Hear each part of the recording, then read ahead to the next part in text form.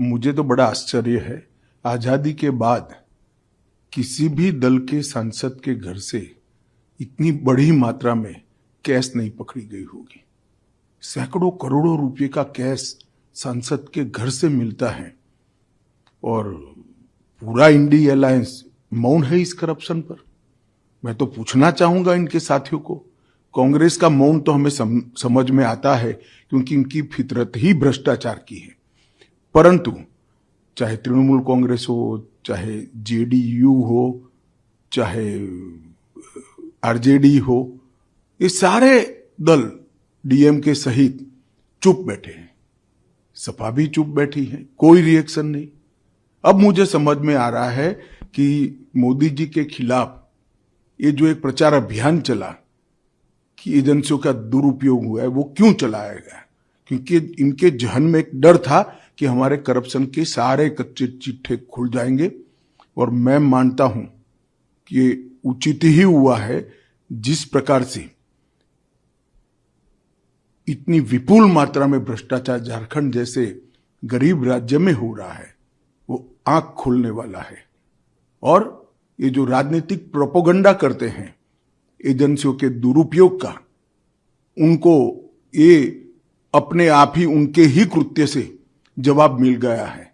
इतना भारी करप्शन करने के बाद भी अगर कोई एजेंसी काम न करे तो एजेंसी की क्षमता पर सवाल उठते हैं। और मैं मानता हूं कि राहुल गांधी से लेकर इंडी अलायंस के सभी लोगों ने इसका जवाब देना चाहिए। भारतीय जनता पार्टी ये मसले को बहुत नीचे तक, इस देश के जन जन तक ले जाएगी और जागरूकता लाने का प्रयास करेगी। हमारी लड़ाई 2014 से भ्रष्टाचार के खिलाफ है।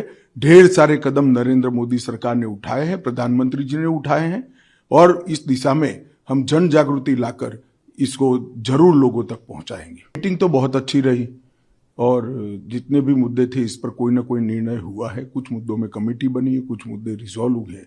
जहां तक जातिगत सर्वे का सवाल है, ये जातिगत सर्वे का निर्णय तभी किया गया जब भारतीय जनता पार्टी बिहार सरकार में हिस्सेदार थी।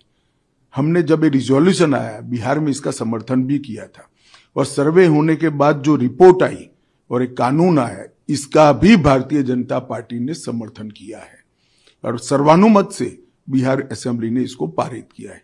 परंतु सर्वे के अंदर ढेर सारे सवाल उठे, मेनली मुसलमान और कुछ जाति विशेष को ज्यादा तवज्जो देकर छोटी पिछड़ी जातियों को अन्याय करने का सवाल बार बार उठ रहा है। कई सारे छोटी पिछड़ी जातियों के डेलीगेशन भारतीय जनता पार्टी के नेताओं को भी मिले हैं, आरजेडी के नेताओं को भी मिले, जेडीयू के नेताओं को मिले। मेरा तो आग्रह होगा कि सारे जो सवाल उठे हैं वो सवालों का समाधान तुरंत करना चाहिए। अपने राजनीतिक फायदे के लिए किसी भी जाति को अन्याय नहीं करना चाहिए। अपने राजनीतिक फायदे के लिए किसी समुदाय या किसी जाति को फायदा भी नहीं पहुंचाना चाहिए।